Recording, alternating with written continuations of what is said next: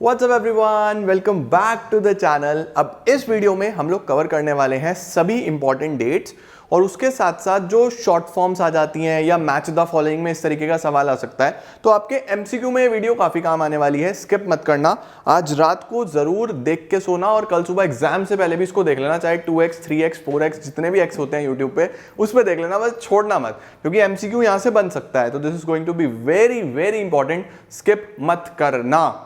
चलिए let's begin.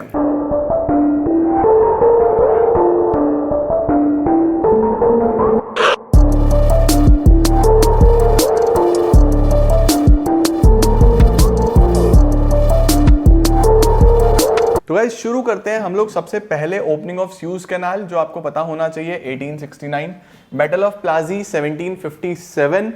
अपने verify करके चलना कि आपके माइंड में ये आ रहा है या नहीं आ रहा है सारी चीजें। तो बैटल ऑफ प्लाजी 1757, स्यूज कैनाल 69, पहला ऑफिशियल सेंसस 1881, उसके बाद हर 10 साल के बाद 10 ईयर्स का टाइम आता है सेंसस में। ईयर ऑफ ग्रेट डिवाइड जिसको हम बोलते हैं 1921, इससे पहले फर्स्ट फेज चल रहा था, इसके बाद second phase of demographic transition शुरू हो गया। ठीक है। Tata iron and steel company 1907, TISCO ये फुल फॉर्म में भी आ सकता है।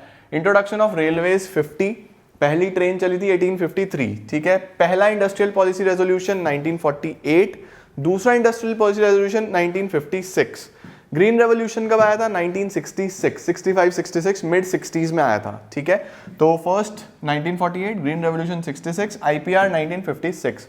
कार्वे कमेटी जो एसएसआई के लिए था 1955। कार्वे कमेटी याद रखना, ये आपसे पूछ भी सकता है कि ये क्यों स्टैब्लिश करी गई थी। एसएसआई स्मॉल स्केल इंडस्ट्रीज को प्रमोट करने के लिए 1955। इंडिया में न्यू इंडस्ट्रियल पॉलिसी 1991। डीमोनेटाइजेशन कब हुआ था? 2016। जीएसटी कब आया था? 2017। गैट फुल फॉर्म में भी आ सकता है, general agreement on tariff and trade 1948। ठीक है। World trade organisation 1995। Make in India 2014। Pradhan Mantri Jan Dhan योजना 2014, जन धन योजना जिसमें हर इंडिविजुअल का खाता खोलने को बोला गया था। वो जीरो बैलेंस वाले खाते खुले थे ना, वो इस योजना में थे। याद रखना, योजना अलग से भी आ सकती है। इसके बाद removal of quantitative restrictions on import export, ये कुछ खास नहीं है ऐसा। Task force group 1979। Study group by planning commission of India PCI 1962, ये इतनी इंपॉर्टेंट नहीं है। एजुकेशन कमीशन याद रखना है 1964। Right to education 2009, this is important, right to education 2009 याद करके जाना।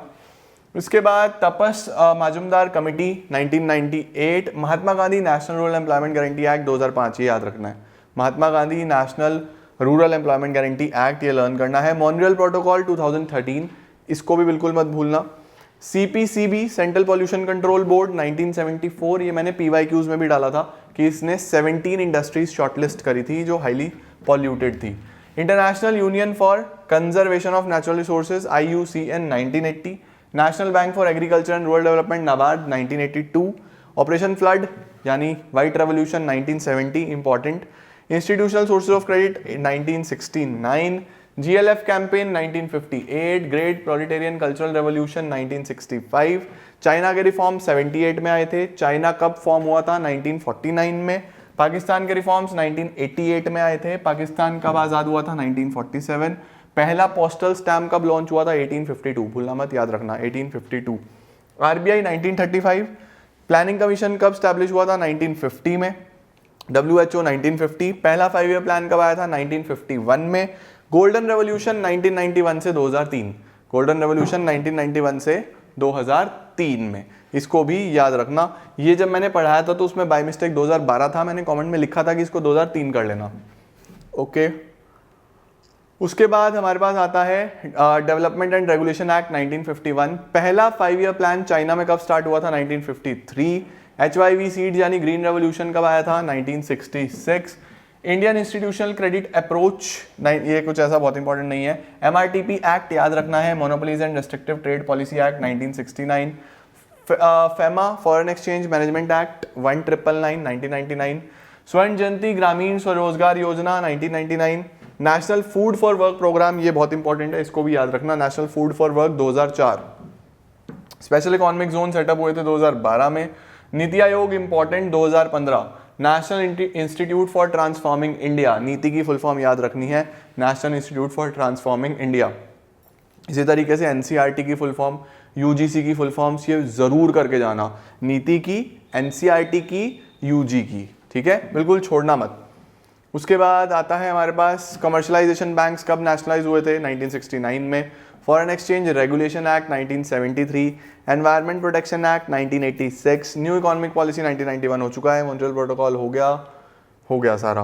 अब एब्रीवेशंस चेक करो, सबसे पहले एमआरटीपी पूछ सकता है, monopolies and restrictive trade practices act, WTO यानी world trade organisation, REGP rural employment generation programme. ये सिर्फ मैं इसलिए बता रहा हूँ ताकि जब वहां पे 4 ऑप्शंस में आए ना तो आप एकदम आइडेंटिफाई कर लो, सारे तो आप भी नहीं रट सकते, बट जब 4 में आएगा ना तो आपको दिख जाएगा कि हाँ यार ये था इसका शायद, ठीक है। तो रूरल एम्प्लॉयमेंट जनरेशन प्रोग्राम आ गया। MMS mid day meal scheme, this is important, बिल्कुल भी मत भूलना, mid day meal scheme. TISCO आप सबको पता है, PDS public distribution system, TANWA Tamil Nadu women in agriculture, this is important, ये भूलना नहीं है, तमिलनाडु वुमेन इन एग्रीकल्चर। उसके बाद IBRD international bank for reconstruction and development, LPG liquefied petroleum gas, FCI food corporation of India, CNG compressed natural gas, FDI foreign direct investment, SAARC very important, बिल्कुल भी skip मत करके जाना, SAARC south Asian association for regional cooperation, ठीक है। इसके बाद बेटा जी PCI planning commission of India, GBD बिल्कुल मत भूलना, GBD global burden of disease, IPR industrial policy resolution, NRLM national rural livelihood mission, BRICS again very important, BRICS क्या है, Brazil, Russia, India, China, South Africa, MPCE monthly per capita expenditure, FII foreign institutional investors, SGRY पीछे आया था Sampoorna Gramin Rozgar Yojana, ASEAN association of South East Asian nations, IMF international monetary fund, UNCED United Nations conference on environment and development, GATT general agreement on tariff and trade, PMRY Pradhan Mantri Rozgar Yojana, UGC आ गया university grants commission, NCERT national council of education research and training. अब इन dates के बाद एक important चीज जिस पे question आ भी सकता है नहीं भी, बट मैं चाहता हूं तुम लोग मिस आउट ना करो क्योंकि एक एक चीज हमने कवर करी है, तो ये एक छोटा सा पॉइंटर है जो आप बिल्कुल भी मिस आउट मत करना, वो है G20 समिट। G20 समिट 2022 याद रखना, जो हमारे पास बाली इंडोनेशिया में हुआ था 14 से 16 नवंबर में, ठीक है। और ये 17th G20 लीडर समिट था जिसके अंदर मोदी जी गए थे और उन्होंने बहुत एक्टिवली रोल प्ले करा था। तो G20 समिट 2022 बाली इंडोनेशिया 14 से 16 नवंबर में हुआ था। कौन सा था ये इंपॉर्टेंट है, 17th। और अब जो G20 2023 है ये इंडिया में होने वाला है, जो इस साल होगा ये कहाँ पे होगा, इंडिया में होगा, प्रगति मैदान में। तो याद रखना ये कुछ छोटे से पॉइंटर्स हैं जो एक नंबर में अगर आपसे पूछ ले स्पेसिफिकली ये कौन सा था, तो 17th G20 समिट था। आई होप आप लोगों ने सभी डेट्स के स्क्रीनशॉट ले लिए होंगे और ये वीडियो आपको काफ़ी मदद करेगी रिवीजन करने में। रटने की ज़रूरत नहीं है, मुश्किल से आई थिंक 7-8 मिनट का वीडियो होगा, तो इसको अगर आप 2-2 3-3 बार रात को देख लो, 2-3 बार सुबह देख लो, तो आपकी मैक्सिमम चीज़ें रिटेन रहेंगी, आप भूलोगे नहीं।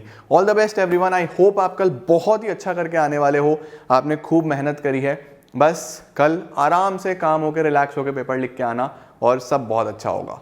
Thank you so much.